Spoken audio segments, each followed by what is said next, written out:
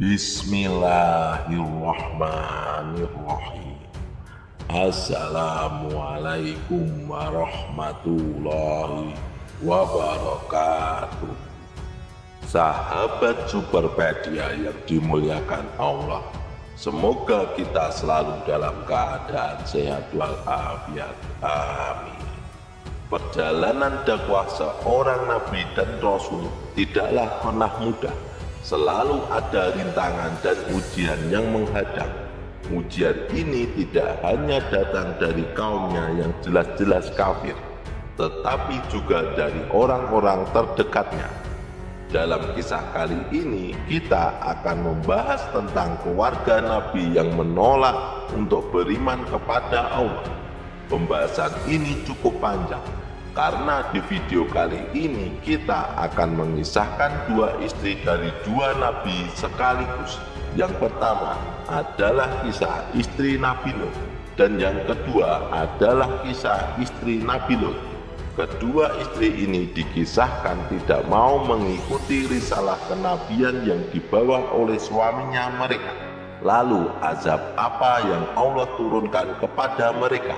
Untuk itu dalam video ini kita akan membahas tentang azab yang menimpa istri Nabi yang tidak mau beriman.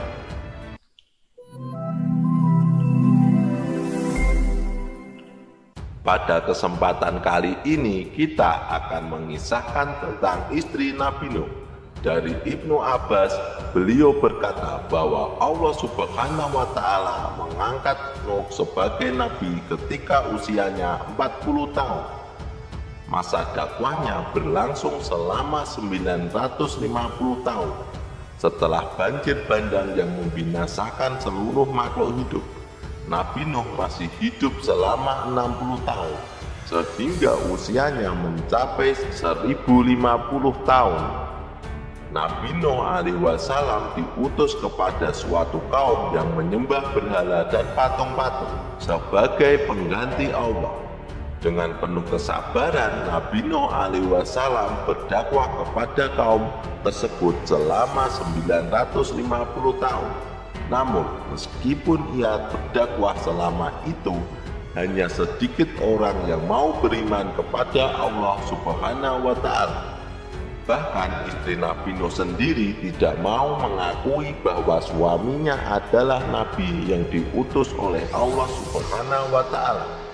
Sahabat seiman, dalam suatu riwayat disebutkan bahwa istri Nabi Nuh bernama Walihah, atau dalam versi lain disebut Wahiah. Nah, Walihah ini lebih memilih mendengarkan ucapan para pembesar kaumnya daripada nasihat suaminya Nabi Nuh alaihi wasallam. Selama berhari-hari, berbulan-bulan, bahkan bertahun-tahun, Nabi Nuh alaihi wasallam terus mendakwainya. Namun Walihah tetap tidak mau mengikuti ajakan suaminya untuk bersama-sama menyembah Allah Subhanahu wa Ta'ala, satu-satunya zat yang layak disembah. Akhirnya datanglah perintah Allah kepada Nabi Nuh untuk membuat sebuah kapal di atas gunung. Tanpa menunda waktu, Nabi Nuh segera melaksanakan perintah Allah ini dan mulai membangun kapal di atas gunung tersebut. Menurut Ibnu Abbas, kapal Nabi Nuh memiliki 3 dek dengan panjang 300 zirah, lebar 50 zirah, dan tinggi 30 zirah. Jika dipikirkan secara logika, ini tentu tampak seperti suatu kegilaan. Secara nalar manusia, orang-orang tentu tidak akan mau membantu Nabi Nuh alaihi wasallam membuat kapal, karena permintaan ini sangat aneh. Wajar saja jika saat itu hanya sedikit orang yang bersedia ikut membuat kapal ini. Namun, hal ini tidak bisa dilogikakan dengan akal manusia semata, tetapi harus diterima dengan iman. Membuat kapal di tepi laut saja sudah sulit, apalagi di atas gunung. Tentu akan membutuhkan waktu yang sangat lama. Bahwa diriwayatkan bahwa pengerjaan kapal ini memakan waktu selama 2 tahun. Selama proses pembangunan, para pembesar kaum Nabi Nuh alaihi wasallam mengejek dan mengatakan bahwa Nuh telah gila. Sahabat Superpedia yang dimuliakan Allah, setelah kapal selesai dibangun, Nabi Nuh alaihi wasallam diperintahkan oleh Allah Subhanahu wa taala untuk mengajak kaumnya yang beriman masuk ke dalam kapal, disertai dengan hewan-hewan berpasang-pasangan. Tiba-tiba siang hari itu langit menjadi gelap. Cahaya matahari tidak bisa menembus tebalnya awan hitam. Siang itu terasa seperti malam yang gelap gulita. Tak lama kemudian hujan turun dengan sangat lebat. Air hujan turun begitu deras, tidak seperti biasanya. Nabi Nuh alaihi wasallam memastikan bahwa semua rombongannya sudah masuk ke dalam kapal. Di dalam kapal, ia mengecek anggota keluarganya. Hanya 3 anaknya yang ada di sana, Sam, Ham, dan Yafet. Namun ia tidak melihat putra sulungnya, Kan'an maupun istrinya. Sekali lagi, Nabi Nuh alaihi wasallam mencoba mengajak istri dan putranya. Ia keluar dari kapal dan mencari keberadaan mereka. Ketika ia menemukan istrinya, Nabi Nuh sempat meminta untuk ikut masuk ke dalam kapal. Namun istrinya tetap menolak. Meskipun tanda-tanda banjir besar sudah jelas terlihat, pilihan istrinya sudah bulat. Ia lebih memilih mengikuti para pembesar kaumnya yang lebih ia hormati daripada suaminya sendiri. Dengan hati yang sedih, Nabi Nuh alaihi wasallam terpaksa meninggalkan istrinya. Ia berjalan pergi tanpa menoleh ke belakang, karena ia tahu bahwa azab Allah akan segera menimpa istrinya yang durhaka. Sahabat seiman, Nabi Nuh alaihi wasallam kemudian berusaha mencari keberadaan putra sulungnya, Kan'an. Saat itu hujan semakin lebat dan awan semakin gelap. Banjir pun sudah semakin tinggi, hingga perkampungan kaum Nabi Nuh tenggelam oleh air yang meluap luar biasa. Singkat cerita, Nabi Nuh alaihi wasallam melihat putranya dari kejauhan. Kan'an tampak sedang berlari menuju puncak sebuah gunung, berpikir bahwa azab itu tidak akan mencapainya di ketinggian gunung tersebut. Nabi Nuh alaihi wasallam merasa semakin sedih karena putranya tidak percaya bahwa banjir ini akan menenggelamkan gunung itu juga. Dengan berat hati, Nabi Nuh kembali ke kapal tanpa bisa membawa istri dan putranya. Tak lama setelah itu, banjir mulai menenggelamkan segala sesuatu yang ada di depannya. Bahkan gunung yang didaki oleh Kan'an berlahan-lahan ikut tenggelam. Akhirnya putra dan istri Nabi Nuh yang durhaka pun mati ditelan azab Allah. Sahabat Superpedia yang dimuliakan Allah, kisah istri yang durhaka berikutnya datang dari Nabi Lut alaihi wasallam. Dalam riwayat, istrinya disebut bernama Wailah, sama seperti kisah Nabi Nuh alaihi wasallam. Nabi Lut setiap hari bersusah payah mendakwai istrinya agar ia mau beriman kepada Allah. Nabi Lut diutus kepada kaum Sodom, kaum yang dibinasakan oleh Allah karena perilaku seksual yang menyimpang. Di kaum Sodom inilah untuk pertama kalinya terjadi homoseksual di atas bumi ini, di mana laki-laki menyukai laki-laki dan wanita menyukai wanita. Allah Subhanahu wa taala memerintahkan Nabi Lut alaihi wasallam untuk meluruskan orang-orang dari kaum Sodom ini agar mereka kembali ke jalan yang benar. Sahabat seiman, bertahun-tahun Nabi Lut mendakwai kaumnya, namun mereka tetap tidak mau mengubah kebiasaan buruk mereka. Bahkan yang lebih menyedihkan lagi, istri Nabi Lut alaihi wasallam termasuk bagian dari kaum yang menyimpang tersebut. Ia durhaka kepada suaminya yang enggan mendengarkan nasihat kebaikan dari beliau. Istrinya lebih memilih untuk bergabung dengan kaum yang dimurkai Allah Subhanahu wa taala.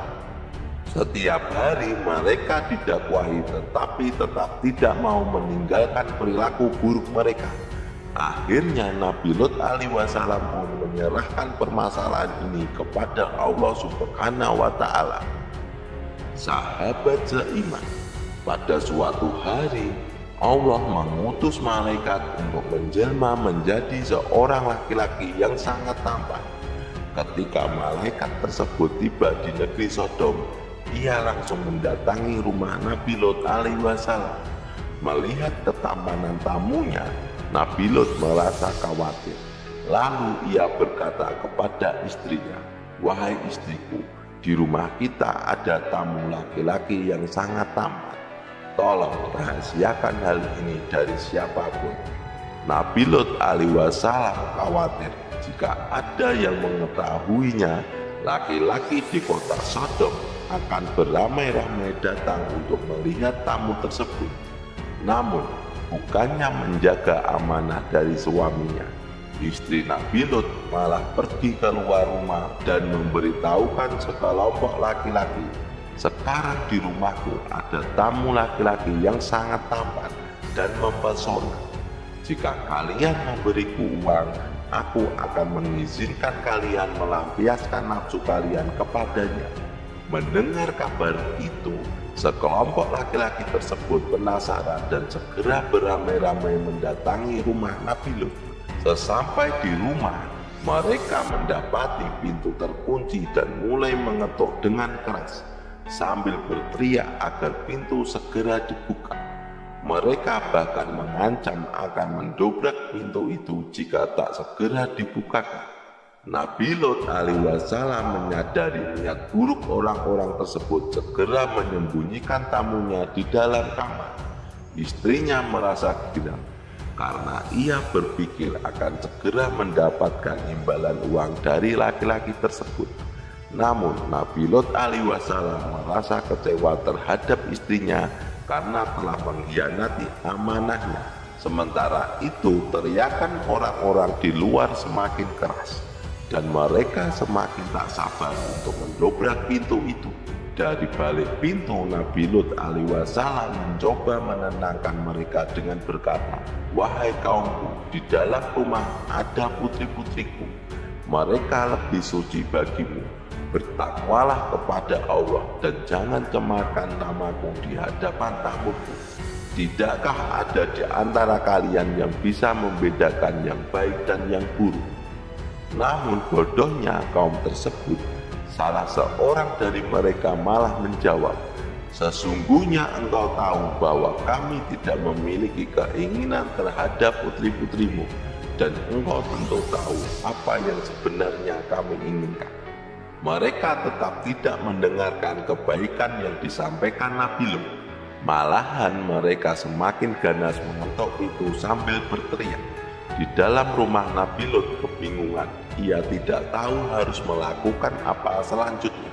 Di satu sisi ia ingin terus mendakwai kaumnya, namun di sisi lain ia ingin melindungi tamunya dari kejahatan mereka.